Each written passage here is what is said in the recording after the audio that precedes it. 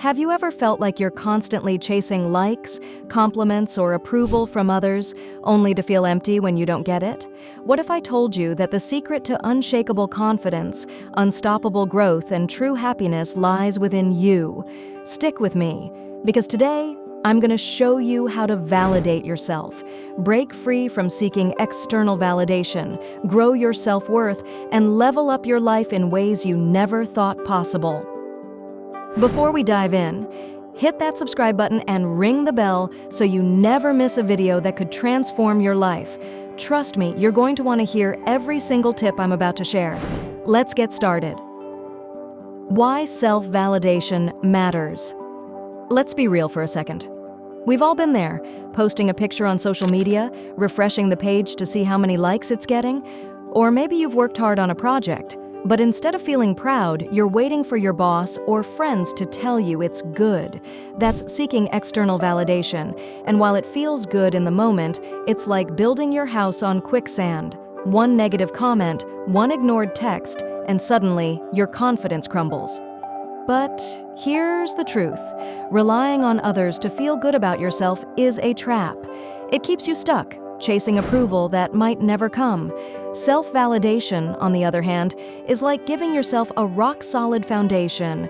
It's about knowing your worth, celebrating your wins, and trusting yourself, no matter what anyone else says or does. In this video, I'm going to walk you through 5 game-changing steps to validate yourself, stop seeking external validation, and build unshakable self-worth.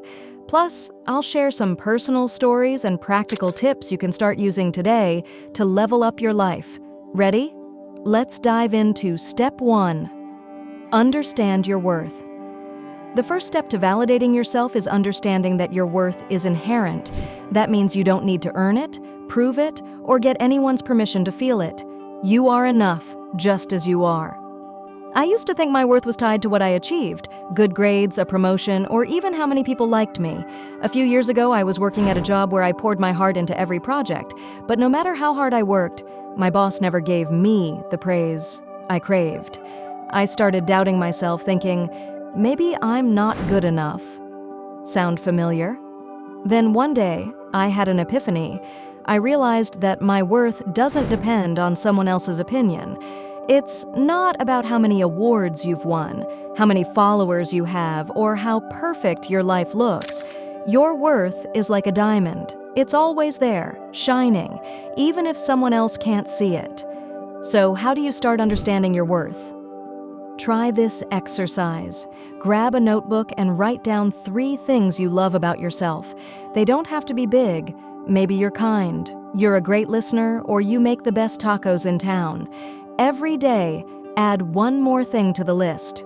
Over time, you'll start to see yourself in a new light. And here's a pro tip. When you catch yourself seeking validation, like checking your phone for likes, pause and say to yourself, I am enough. It sounds simple, but it's a powerful reminder that your worth is non-negotiable. Step 2. Celebrate your wins, big and small. Step 2 is all about giving yourself the applause you deserve. Too often we wait for others to notice our accomplishments, but why? You don't need a crowd to celebrate your victories. You can be your biggest cheerleader. Let me tell you about a time I learned this the hard way. A couple of years ago, I ran my first 5K. I wasn't the fastest, and I didn't win any medals, but I crossed that finish line feeling on top of the world. I posted about it online, expecting a flood of congratulations, but crickets. Barely anyone noticed. At first I was crushed, but then I thought, wait a second, I did this for me. I trained, I showed up, and I finished. That's worth celebrating. That moment taught me something huge. You don't need anyone else to validate your wins. Whether it's finishing a race, getting out of bed on a tough day, or nailing a presentation at work, every step forward counts. Here's how to make this a habit. At the end of each day, write down 1 thing you're proud of.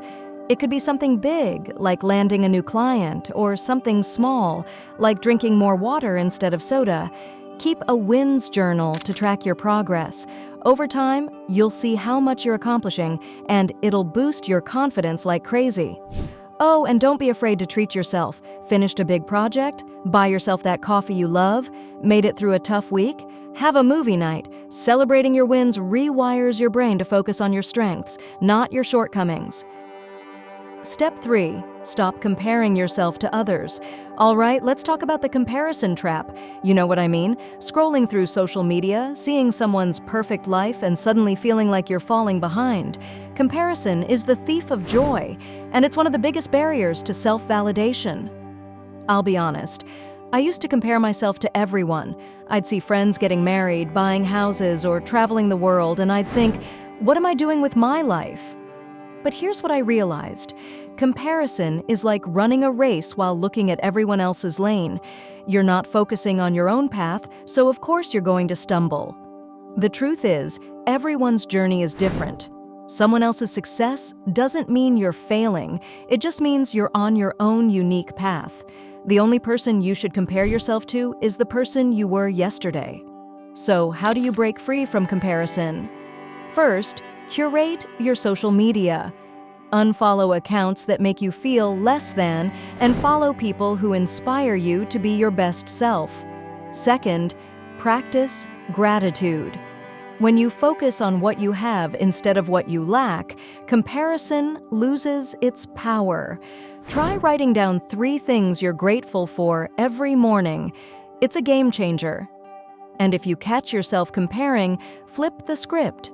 Instead of thinking, they're so much better than me, say, I'm inspired by their success, and I'm excited to keep growing. That shift in mindset will set you free.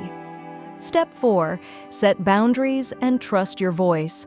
Step 4 is about owning your space and trusting your inner voice. Self-validation means knowing what you stand for, saying no when you need to, and not letting others' opinions drown out your own. I used to be a people pleaser. I'd say yes to everything. Extra work, favors, plans I didn't even want to go to just to keep everyone happy.